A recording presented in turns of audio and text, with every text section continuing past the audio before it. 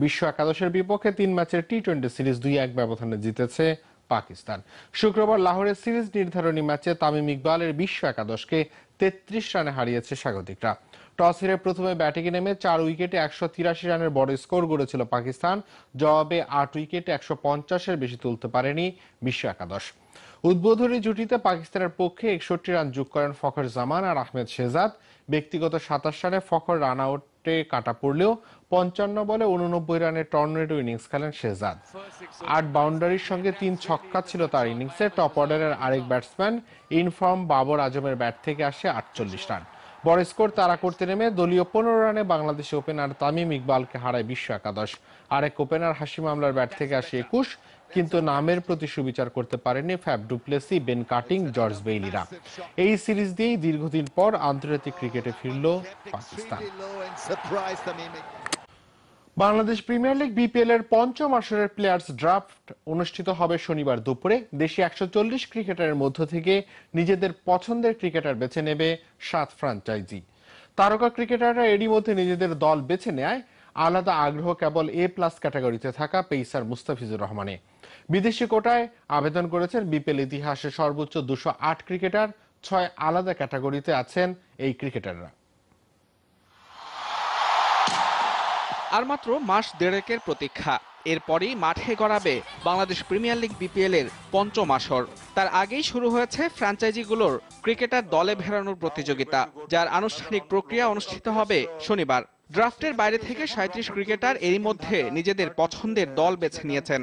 Shane Watson, Shahid Afridi, Kumar Sangakkara, Jos Buttler, Chris গেইলের মতো সুপারস্টাররা আগেই বেছে নিয়েছেন নিজেদের পছন্দের দল। বাকি জায়গাগুলোর জন্য এবারকার প্লেয়ার্স ড্রাফটে উঠছে রেকর্ড ২০৮ বিদেশি ক্রিকেটার। গেল মৌসুমে সংখ্যাটা ছিল ১৬৮। সর্বোচ্চ ৬২ ক্রিকেটার ইংল্যান্ডের। পাকিস্তানি ক্রিকেটার আছেন ৪৬ জন। এছাড়া ওয়েস্ট ইন্ডিজ, শ্রীলঙ্কা, জিম্বাবুয়ে, দক্ষিণ আফ্রিকা ও অস্ট্রেলিয়ার রয়েছে উল্লেখযোগ্য সংখ্যক ক্রিকেটার। বাদ যায়নি আইসিসির সহযোগী দেশ স্কটল্যান্ড, আয়ারল্যান্ড, নেদারল্যান্ডসের ক্রিকেটাররাও।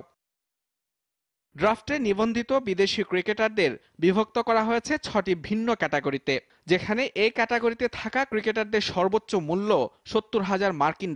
আর উদীয়মান ক্রিকেটারদের জন্য রাখা হয়েছে গ্রেড এফ, যার মূল্য $১০,০০০ মার্কিন। এদিকে ৫ ক্যাটাগরিতে ড্রাফটে উঠবেন ১৪০ দেশি ক্রিকেটার। এর মধ্যে আইকনের পাশাপাশি ৩ জন করে ক্রিকেটার রেখে দিয়েছে পুরনো দলগুলো। নতুন ফ্র্যাঞ্চাইজি সিলেট সিক্সার্সও পেয়েছে সে সুযোগ। ড্রাফটে এ প্লাস ক্যাটাগরির একমাত্র দেশি ক্রিকেটারটাই মুস্তাফিজুর রহমান। ফ্র্যাঞ্চাইজিগুলোর আগ্রহের কেন্দ্রে তাই কাটার মাস্টার। আর বরিশাল বুলস বিপিএল থেকে বাদ পড়ায় শাহরিয়ার নাফিসরা উঠছেন ড্রাফটে। নাজমুল হোসেন শান্তকে ছেড়ে দিয়েছে কুমিল্লা। বোলার হিসেবে আরাফাত সানি, আবুল হাসান, আব্দুর রাজ্জাক এবং আবু হায়দার রনিরা পছন্দের তালিকায় রয়েছেন। আগামী ৪ নভেম্বর সিলেটের পর্দা উঠবে বিপিএল এর পঞ্চম আসরের। মুজরিম তারেক, যমুনা স্পোর্টস, ঢাকা। প্রায় ১ মাসের সফরে আজ দক্ষিণ আফ্রিকার উদ্দেশ্যে রওনা দিচ্ছে জাতীয় ক্রিকেট দল। ২ ভাগে ভাগ হয়ে ডিভিলিয়ার্স, ডুপ্লেসিদের দেশে যাচ্ছে টাইগাররা। সকাল ১০টা ১৫ প্রথম ফ্লাইটে যাবেন ৫ ক্রিকেটার। এরপর সন্ধ্যা ৭:৩০ দক্ষিণ আফ্রিকার বিমানে উঠবেন স্কোয়াডের আরও ১১ সদস্য। তার আগে অবশ্য সকাল ১১টায় মিরপুরে সংবাদ সম্মেলনে দলের লক্ষ্য এবং পরিকল্পনা জানাবেন টেস্ট অধিনায়ক মুশফিকুর রহিম। বাংলাদেশ সিরিজ শুরু হবে ২১ সেপ্টেম্বর ৩ দিনের প্রস্তুতি ম্যাচ দিয়ে। ২ ম্যাচ সিরিজের প্রথম টেস্টটি শুরু হবে ২৮ সেপ্টেম্বর। ১৫ অক্টোবর শুরু হবে ৩ ম্যাচের ওয়ানডে সিরিজ। আর ২৯ অক্টোবর অনুষ্ঠিত হবে সিরিজের শেষ টি-20টি। এদিকে গেল কয়েক সিরিজ ধরে আশানুরূপ সাফল্য ধরা দিচ্ছে না বাংলাদেশের পেস অ্যাটাক থেকে। শ্রীলঙ্কা সফর কিংবা আইসিসি চ্যাম্পিয়ন্স ট্রফি, দেশের মতো বিদেশেও ব্যর্থ পেসাররা। তাই তো স্পোর্টিং উইকেটে দক্ষিণ আফ্রিকার বিপক্ষে নিজেদের নতুন করে প্রমাণ করতে হবে, সেটা জানা রুবেল তাসকিনদের। বাড়তি চ্যালেঞ্জ নিয়ে নিজেদের লক্ষ্য ঠিক করে ফেলেছেন এই দুই পেসার। দেখা দেবো যেমনি হোক। রুবেল হোসেনের এমন হুমকি যে সত্যি হবে সেটা ২০১৫ বিশ্বকাপ চোখে দেখার পরও যেন বিশ্বাস হচ্ছিল না। এরপর তাসকিন, মুস্তাফিজদের নেতৃত্বে দেশের মাটিতে শক্তিশালী পেস ব্যাটারি তৈরি হয় বাংলাদেশের। কিন্তু সেই ট্র্যাকে ধীরে ধীরে সরে যেতে যেন সময়ও লাগলো না। গেল প্রায় ১.৫ বছরে দেশ ও দেশের বাইরে জাতীয় দলের সাফল্যটা যতটা ঈর্ষণীয়, ঠিক ততটাই ম্লান পেসাররা। তাই তো সামনে যখন দক্ষিণ আফ্রিকায় ফার্স্ট আর বাউন্সি উইকেট অপেক্ষায়, তখন পেসাররা সেই চ্যালেঞ্জ নিতে কতটা প্রস্তুত সেই প্রশ্ন উঠেই যায়। খুবই কনসেন্ট্রেশন নিয়ে বোলিং করতে হবে। যে আমরা সাধারণত একটু ঘাস উইকেট দেখলে আমরা সাধারণত পেস বলার একটু এক্সাইটেড হয়ে যাই। তো আমাদের ওদিকে একটু মনোযোগ রাখতে হবে যে ঘাস উইকেটে আমাদের লাইন অ্যান্ড লেন্থটা খুবই ইম্পর্টেন্ট। যদিও অনেক টাফ কন্ডিশন হবে ফর শিওর, কিন্তু যেহেতু মানে একটু ইউজ টু কম, বাট আমরা অলরেডি প্রুভ করছি যে আমাদের সেই অ্যাবিলিটিটা আছে যে কোনো কন্ডিশনে ভালো করার।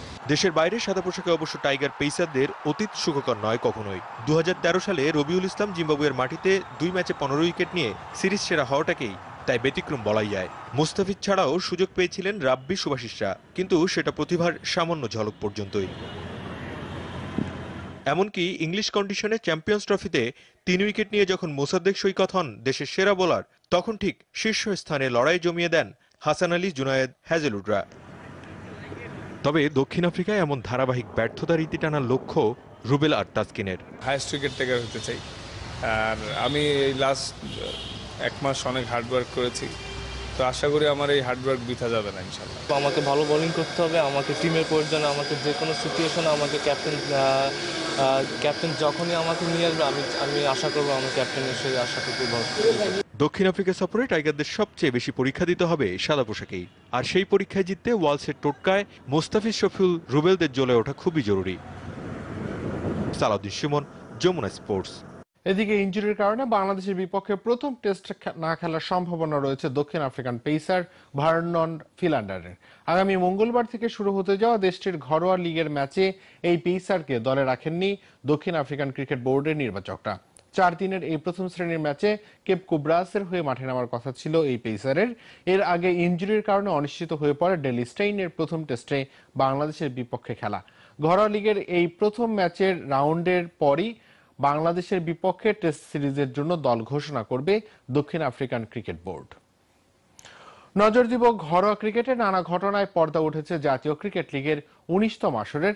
3 মৌসুম পর আবারও সাদা পোশাকে ফিরেছেন মাশরাফি বিন মুর্তজা। প্রথম দিন শেষে তার দল খুলনা বিভাগের বিপক্ষে রংপুরের সংগ্রহ 6 উইকেটে 325 রান। চট্টগ্রামে অবশ্য চমক দেখিয়েছেন মোহাম্মদ আশরাফুল। নিষেধাজ্ঞা কাটিয়ে ফেরার পর যে কোনো ধরনের ক্রিকেটে পেলেন প্রথম সেঞ্চুরি, যাতে চট্টগ্রামের বিপক্ষে ঢাকা মেট্রো দিন শেষে করেছে 5 উইকেটে 257 রান। অন্যদিকে রাজশাহীর বিপক্ষে 7 উইকেটে 112 রান সিলেটের। আর কক্সবাজারের বৃষ্টিতে ভেসে গেছে ঢাকা বিভাগ এবং বরিশালের মধ্যকার প্রথম দিনের খেলা। 2013 সালে ঐতিহাসিক গল টেস্টে 190 করে দেশে ফিরেই ক্রিকেট থেকে নির্বাসনে মোহাম্মদ আশরাফুল। গত বছর প্রতিযোগিতামূলক ক্রিকেটে ফিরলেও দীর্ঘ বিরতিতে পুরনো অ্যাশের আর দেখা মিলছিল না, কিন্তু ঝলক দেখালেন জাতীয় ক্রিকেট লিগের প্রথম দিনেই। চট্টগ্রামে দ্বিতীয় স্তরের ম্যাচে ঢাকা মেট্রো যখন স্বাগতিকদের বিপক্ষে 74 রানেই 4 উইকেট হারিয়ে ধুঁকছে, সেখান থেকে দলকে উদ্ধার করেন 33 বছরের আশরাফুল। মেহরাব জুনিয়রের সঙ্গে গড়েন 174 রানের জুটি।